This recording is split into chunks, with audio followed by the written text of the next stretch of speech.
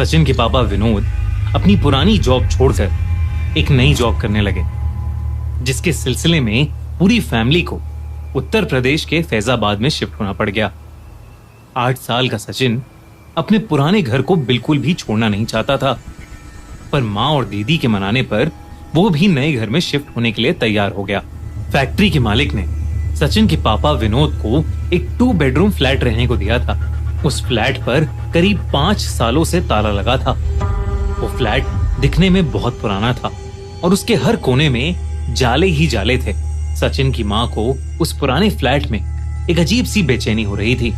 विनोद और उसकी फैमिली एक नए घर में रहना चाहते थे, पर कोई भी नया घर खाली होने के लिए पूरा 1 साल रुकना पड़ता।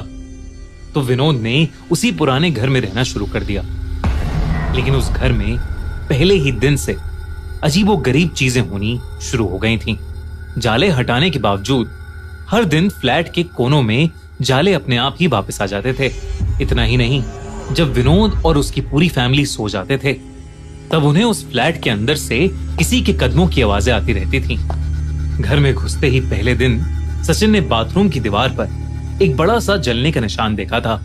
अगले आने वाले दिनों में सचिन ने उस पर न जाने कितनी बार पेंट किया होगा, लेकिन फिर भी हर 10-15 दिनों में वो जला हुआ निशान वापस दिखने लगता था। सचिन इन सारी हरकतों को कनेक्ट करने लगा और ये मानने लगा कि उस घर में कोई भूत है। जब उसने ये बात अपनी बड़ी बहन को बताई, तो उसकी बहन ने उसे समझाते हुए कहा कि भूत वूत कुछ नहीं होता और ये सब उसका वहम है। एक बार सचिन के पापा विनोद को अपने काम से पड़ोस वाले शहर में जाना पड़ा। घर में बस सचिन, उसकी बहन और उसकी माँ थे। दोनों बच्चे अपने रूम में सो रहे थे और माँ अपने बेडरूम में। रात के करीब 1 बज रहे थे और सचिन की माँ की नींद बार बार टूट रही थी। उस रात भी फ्लैट के अंदर से कदमों की आवाजें आ रही थीं। धीरे धीरे वो आवाजें बहुत जोर से आने लगी और उसी के शोर की वजह से सचिन की माँ की नींद टूट रही थी। तभी सचिन की माँ को अपने कमरे की खिड़की के पास कुछ दिखा। कोई तो इंसान उनके फ्लैट की खिड़की पर खड़ा अंदर की ओर झांक रहा था। सचिन की माँ ये देखकर बेहद घबरा गईं। उन्हें लगा कि शायद घर में कोई चोर घुस आया है। सचिन की माँ ने पास में रखा लैंप अपने एक हाथ में लिया और दूसरे हाथ में टॉर्च। हिम्मत करके वो खिड़की के पास जाकर खड़ी हो गईं। लेकिन जब उसकी माँ ने खिड़की के बाहर टॉर्च मारी तो उनके होश उड़ गए। उस इंसान के चेहरे की खाल जली हुई थी और उसकी चेहरे की हड्डियां दिख रही थीं और वो इंसान उसकी माँ की ओर ही देख रहा था। ये देखते ही उसकी माँ के हाथ से टॉर्च नीचे गिर गई और वो भागती हुई अपने बच्चों के बेडरूम में गई और सारी लाइट्स जलाकर डर के मारे रोने लगी। अपनी माँ की ऐसी डरी हुई हालत देख सचिन की बड़ी बहन ने उस सोसाइटी के सिक्योरिटी गार्ड को बुला लिया। जब वो घर में आया तो सचिन की माँ ने उसको पूरा किस्सा बताया, जिसे सुनकर वो भी घबरा उठा। लेकिन जब उसने घर की तलाशी ली तो वहां कोई भी नहीं था। सचिन की माँ ने भी उस हादसे को एक बुरा सपना मानकर भुला दिया, पर रातों में पैरों की आहट और छत पर ठक ठक की आवाज तब भी बंद नहीं हुई। सचिन की माँ के साथ हुए इंसिडेंट के बाद उस फ्लैट में अजीब घटनाएं और बढ़ती चली गईं। फ्लैट के सारे नल खुद ही चलना शुरू हो जाते थे। बिना लाइट्स के स्विच को छेड़े लाइट्स फ्लिकर करना शुरू कर देती थीं और खुद ही बाद में बंद हो जाती थीं। पर सबसे ज्यादा भयानक इंसिडेंट दिसंबर की एक रात में सचिन के साथ हुआ। उस रात कपकपाने वाली ठंड थी।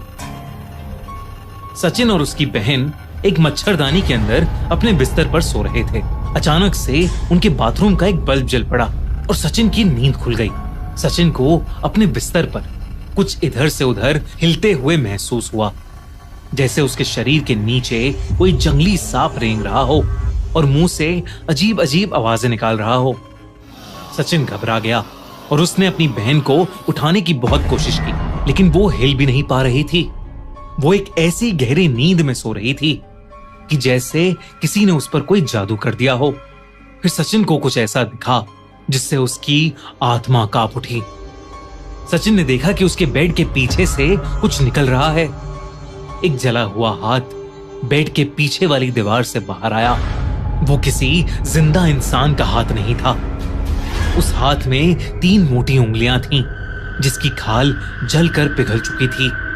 वो जला हुआ हाथ धीरे धीरे सचिन के सर के पास आया और फिर उसके सर को फेरने लगा, जैसे कोई उसको सुलाने की कोशिश कर रहा हो। पर सचिन की नींद उड़ चुकी थी, उसका शरीर जम गया था। सचिन चाहकर भी उस जले हाथ को हटा नहीं पा रहा था। कुछ मिनटों बाद वो हाथ अपने आप वापस चला गया और सचिन कंबल मुंह पर डालकर शौक में लेटा रहा। उसकी पैंट गीली हो गई थी क्योंकि उसने घबराहट के मारे बेड में ही यूरिन कर दी। पूरी रात सचिन को बेड के नीचे कोई रेंगता हुआ फील होता रहा, लेकिन वो डर के मारे कुछ नहीं कर पाया। अगली सुबह सचिन ने ये इंसिडेंट सबको बताया। सचिन की मां को अब समझ आ गया था कि वो फ्लैट वाकई भूतिया है। उन्होंने फौरन विनोद को फोन करके वापस बुलाया और उसी दिन उनकी पूरी फैमिली कंपनी के गेस्ट हाउस में शिफ्ट हो गए और उन्होंने वहीं रहना शुरू कर दिया। कुछ दिनों बाद उन्हें किसी से उस फ्लैट में रह रहे पुराने किराएदार के बारे में पता चला। 5 साल पहले वहां एक केमिकल इंजीनियर रहता था और एक बिजनेस ट्रिप के दौरान उसका एक भयानक एक्सीडेंट हो गया था। उसकी मौत की खबर सुन के उसके पिता को बहुत सदमा लगा था। जब उसकी डेड बॉडी घर पहुंचने के रास्ते में थी तो उसके पापा ने खुद को बाथरूम में आग लगाकर जला लिया था। यही वजह थी कि बाथरूम की उस दीवार पर एक बहुत बड़ा जलने का निशान था। बाद में उन दोनों की बॉडीज की अंतिम क्रिया साथ में की गई, पर 5 साल बाद बदकिस्मती से सचिन की फैमिली को वही फ्लैट अलॉट कर दिया गया था, जिससे पहले वो घर हमेशा बंद ही रहता था।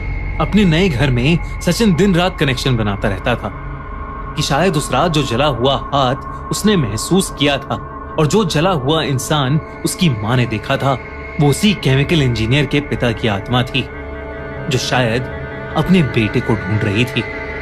आपको क्या लगता है? हमें कमेंट्स में जरूर बताइए।